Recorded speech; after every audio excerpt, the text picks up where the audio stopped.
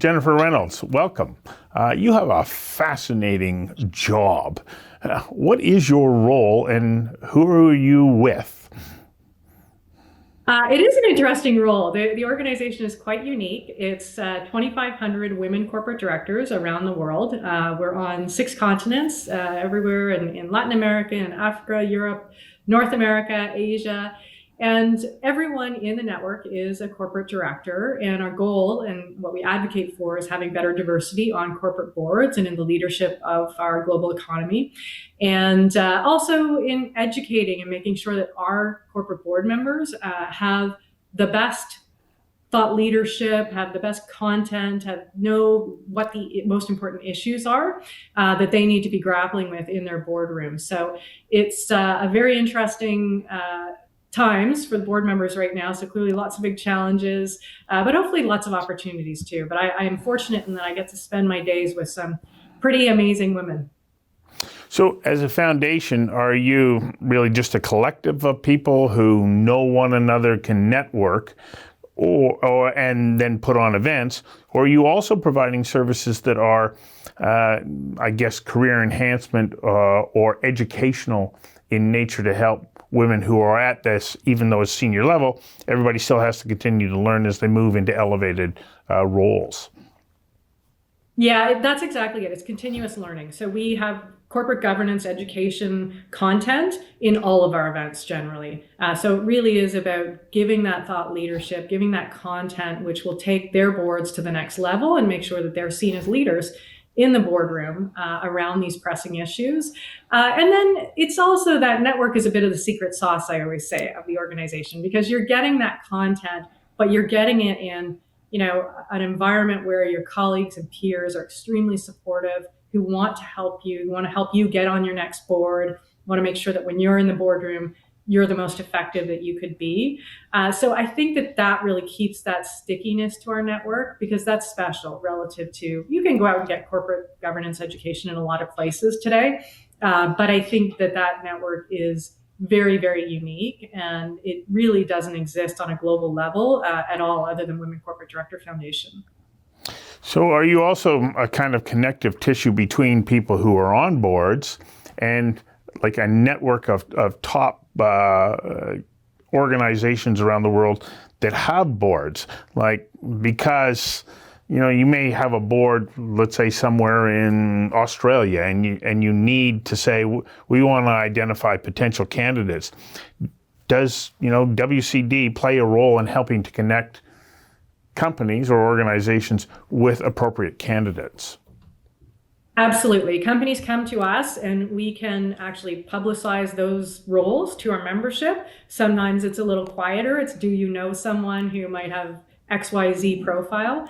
And so we'll help those corporations find women within our network that suit what they're looking for. And we do have international organizations quite often that we work with who have, they invest in various companies around the world and are putting directors on boards. So, we're a pretty one-stop shop, so to speak, for companies like that who really need that access to the global network. So you're the CEO. What exactly does a day look like for you? Like, you're not always doing interviews and you're not always advocating. What's the depth and breadth of your responsibilities? Yeah, it's actually very unique, day to day. My days do look quite different. I mean, often I am out meeting with our different chapters around the world. So getting to know our members, understanding what their challenges and opportunities are, making sure that they have the support they need in their jurisdiction. And also understanding what are the issues that might be specific to their country or region of the world that make it more challenging, or maybe they are examples of moving ahead more quickly. So, and taking that back to other countries. So serving as a connection between different parts of the world on these issues. I spend a lot of time obviously thinking about what are the key risks we need to be thinking about as board members, whether those are economic, whether those are technological, cybersecurity, human capital. So it really is very diverse in terms of the types of topics that we're tackling here. And then clearly also working with the corporate world. getting out there, making it known that we have this group of women, corporate directors who are very experienced, and that you should be coming to us, and trying to understand what are the challenges that companies are having today as they're trying to find the right talent for their boards, and making sure that they know we aren't unicorns. There are women out there who are very capable to serve on these boards. So telling that story as often as possible is important. So that's your outward-facing role, but you also have an organization. What is your inward-facing role? What kind of team do you have to manage, and what does that look like? Well, we're actually now an entirely virtual organization. So I would say that that's been a change for me. I certainly led a virtual organization. The prior one I led went from all in person to virtual, of course, over the pandemic. In our case, we have employees all over North America. And so we're managing people remotely. So I think that that's a unique element to the organization. It's how do you do that effectively? How often do you bring people together in person so that you can create some of that team bonding that I believe needs to happen in person?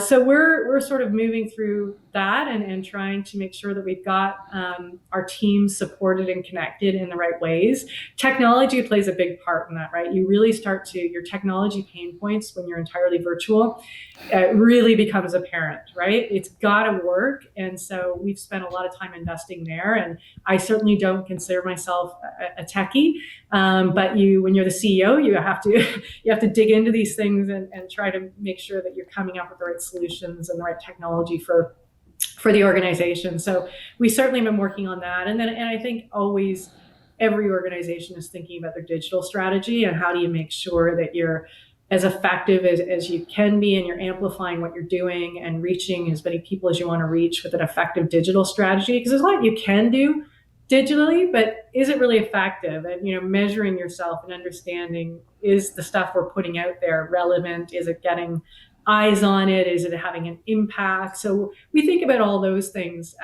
day to day as well. And then of course, just the usual, trying to develop talent and making sure that you're giving people opportunities. I'm fortunate in that there's a lot of different hats to wear in my organization. So people get to, jump into different things quite often, which I think appeals to some and I think provides great opportunities for development too. So it's definitely a varied organization in terms of the things that we're focused on, the topics that we deal with, and the global perspective brings a unique aspect to it as well. So in the position that you're in, of course, you are dealing with people who are at, the top of the corporate world. And they expect of you an appropriate level of experience. How did you gain the experience that you needed so that you were the right person for this job? Yeah, well, I have 25 years of experience in the financial services industry. So that's sort of my core is, started off as in financial services, capital markets professional. So certainly from an economic perspective, capital markets perspective, I have a deep background there. Covered a broad range of industries as well while I was in investment banking. So, everything from technology to telecom, earlier in my career, more sort of industrial. So I have a broad background from an industry perspective as well, an economic overview perspective.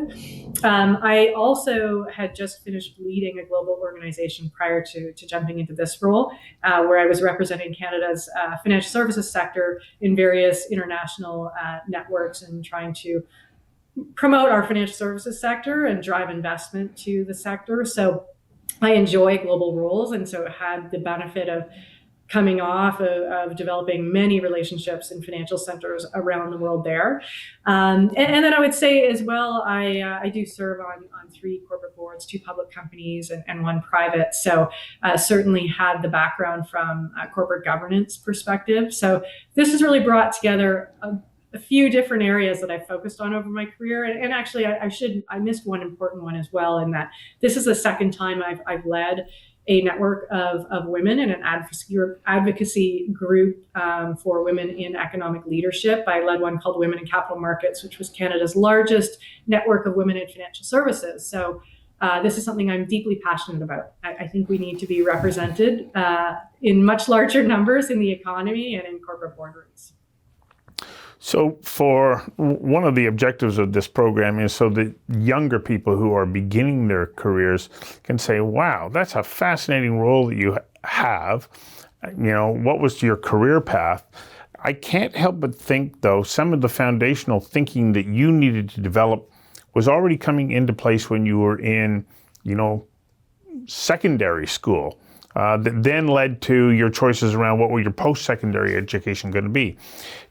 Can you recall that there were elements of your experience that started to move you in a direction that ultimately led to where you are?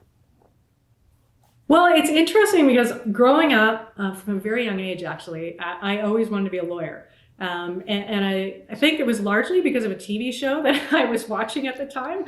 But that was what I always thought I was going to do. So I had that in mind in high school and wanted to get into a top school and pursue my undergrad in, originally I thought political science and then go on to law school. But fast forward, I ended up at McGill, and thankfully I had the opportunity to take a bunch of different subjects in my first year, one of which was economics, and I really enjoyed economics. So I ended up deciding to do a double major in economics and political science. And by fourth year, had decided, you know what, I like business. I think I'd rather go down the business route than law. So it sort of ended up taking me, by having that opportunity to take some different things in my first year, I actually found my true passion where I wanted to end up going. But you don't always know. It's you're young, you're 17, 18. You don't always know where you're going to end up. But I think being open to things is important too, right? And being able to change your mind and take a different path.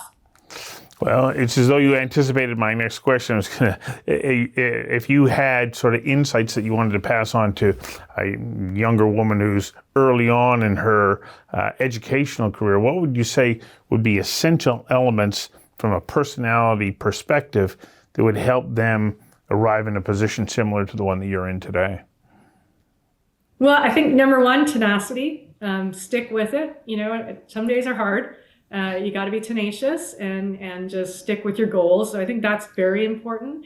I think relationship building, often, very common observation is that women don't spend enough time networking. And sometimes you say networking and people hate that term. And they say, I hate networking and I don't want to do that. And it's fake. And it's not. Real networking isn't fake. It's getting to know people and building relationships, because people help you in your career and they bring you knowledge and experience. And so it really is, I always say that that's part of your job, is actually building relationships, getting to know people, spending that time during your day, and not just, we tend to rush in and put our heads down and do our work and then think that that's sort of something extra that, oh, I don't have to do that. But I really think that those relationships, you find the longer you go in your career, those people pop up again and again, right? Those supporters, and it becomes very, very helpful. And you realize how valuable that time that you spent getting to know people and staying in touch with people who maybe you moved on to a different organization.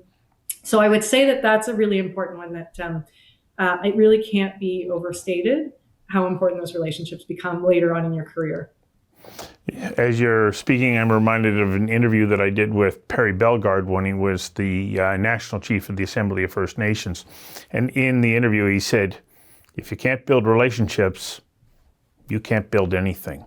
And you are echoing that. What role also do you believe that curiosity and openness to exploring new ideas plays in career development such as yours?